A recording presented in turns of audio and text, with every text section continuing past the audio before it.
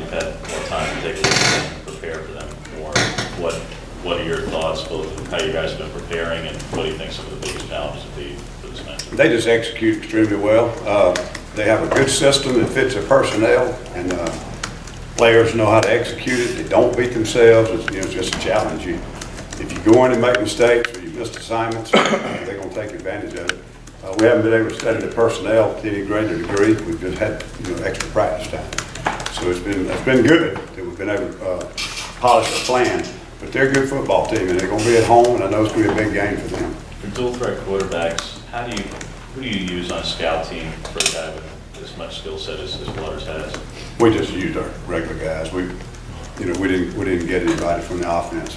But they do run the Wildcat, and we put some skill guys back there for that.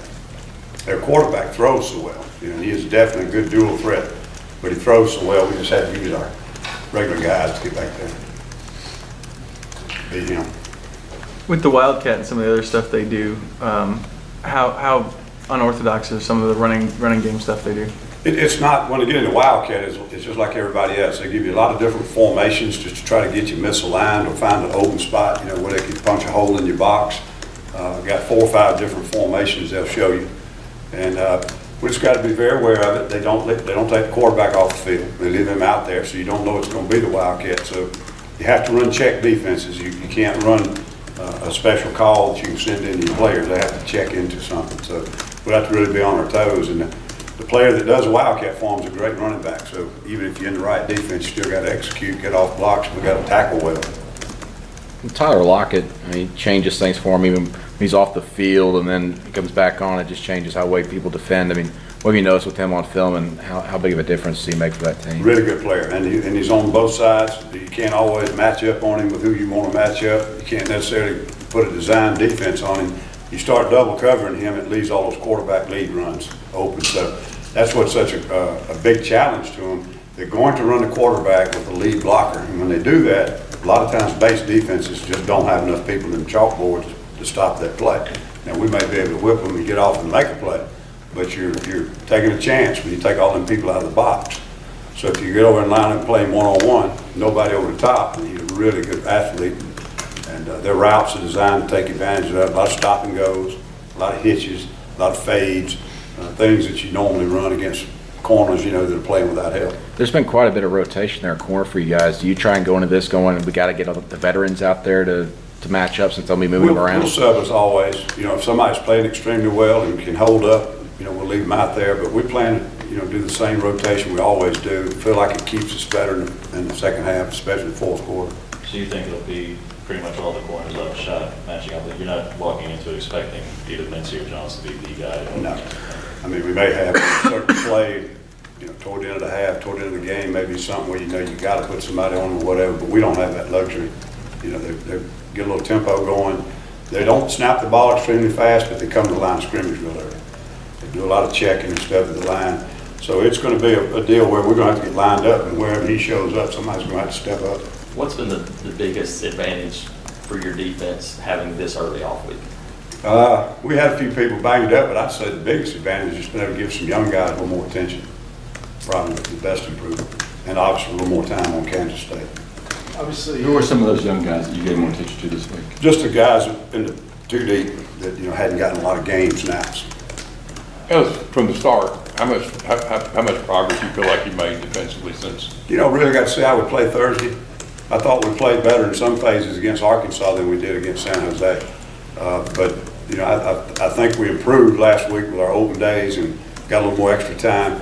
But we'll see. I think to answer that question, I'd like to see how we play Thursday night. I think they're going to be probably the best football team we've played yet, and present some unusual challenges, and it's going to be a test for our players, and we probably need to find out, if we have improved. You've been pleased with your linebackers so far. What does Cass kind of add to the defense, run defense?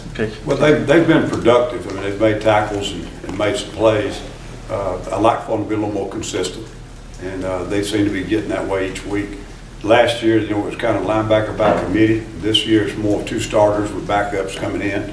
I wanted to play more people last game, and because of some adjustments we had to make and some other things were going on, I felt more comfortable leaving the starters in there. I thought they played too many plays, and the two deep guys have got to step up and be ready to go. But I've been pleased with both Cass and Frost. They played okay. I think they can play better. You've seen plenty of, Nick Marshall, obviously, in practice preseason, but how does he and Jake Waters compare in the zone read from what you've seen on tape about Jake? I can't make that comparison. I mean, I think every player's different, Their offense is not like ours. They do a lot of things where it's a more designed run for the quarterback to run it, as opposed to an option run where he may run it. I think either one of those two players could be really good in either offense because they're both very talented, skilled. They're both really good dual threats. But it'd be hard to compare them because they're doing two different systems. Ellis, when you look around, you watch games, 30-something to 30-something, 30-something to 28. How hard is that for an old defensive guy to swallow that now maybe you give up 20, 21, 24 points and played pretty well? Yeah, it doesn't bother me from that standpoint. I just think that, that's the way football has evolved. I mean, just to be too simple about it, if you go back when football started, there was not even a forward pass. So all of these things that have occurred over the last 15 or 20 years, they're just like everything that's occurred over the last 60 years. And kids are coming along now and early on learning how to throw and how to run routes and all that. And linemen are bigger than they were, protection, all that kind of stuff. You couldn't even block with your hands 25 years ago. You couldn't pass block the way people are running offenses now. They didn't change the rules. So they changed the rules to make the game more exciting and more fan-friendly. And it's just part of it. I mean, it doesn't make my job any more difficult than it does a guy on the other side of the field, who's trying to stop us. So it's all relative.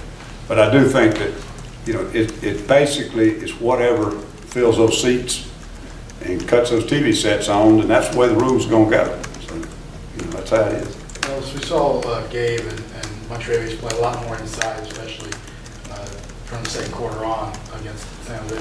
What do they add to that interior? I mean, you're pretty loaded there with some big guys, Jeff and Blackson and stuff like that, but what do Mont and Gabe add specifically? Well, they're probably the most athletic guys that we played in there.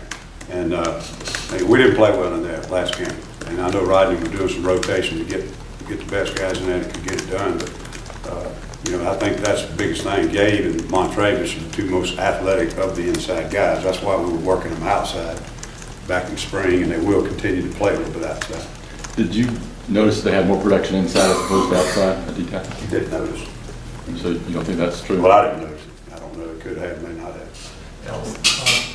Trevon Reed improved from game 1 to game 2, and it looks like Mitzi's playing pretty well too back there. Mitch's probably played the best of all of them and should, most experienced. Trevon had a couple of mistakes. For a player who hadn't played there much, that'd be expected. One of them was unacceptable. Got to get it cleaned up, but I thought he made two really nice plays. Obviously, interception was a good play, and he made a very good play on another run support. Played it extremely well. He seems to get a little more comfortable each week.